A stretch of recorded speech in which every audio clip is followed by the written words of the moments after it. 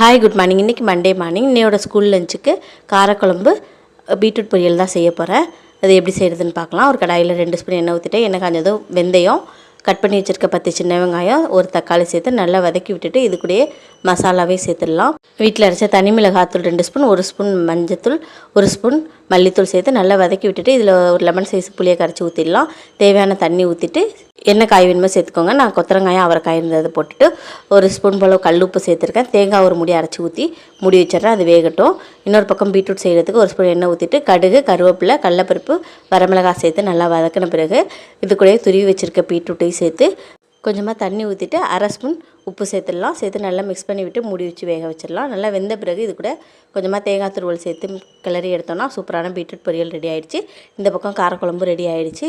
எண்ணெய் பிரிஞ்சு வந்ததுன்னு எடுத்துட்டிங்கன்னா சூப்பரான குழம்பு ரெடி. காரக்குழம்பு மிக்ஸ் பண்ணி வச்சுட்டு பீட்ரூட் பொரியல் வச்சு ஸ்நாக்ஸுக்கு கடல மிட்டாய், திராட்சை வச்சு அனுப்பியாச்சு.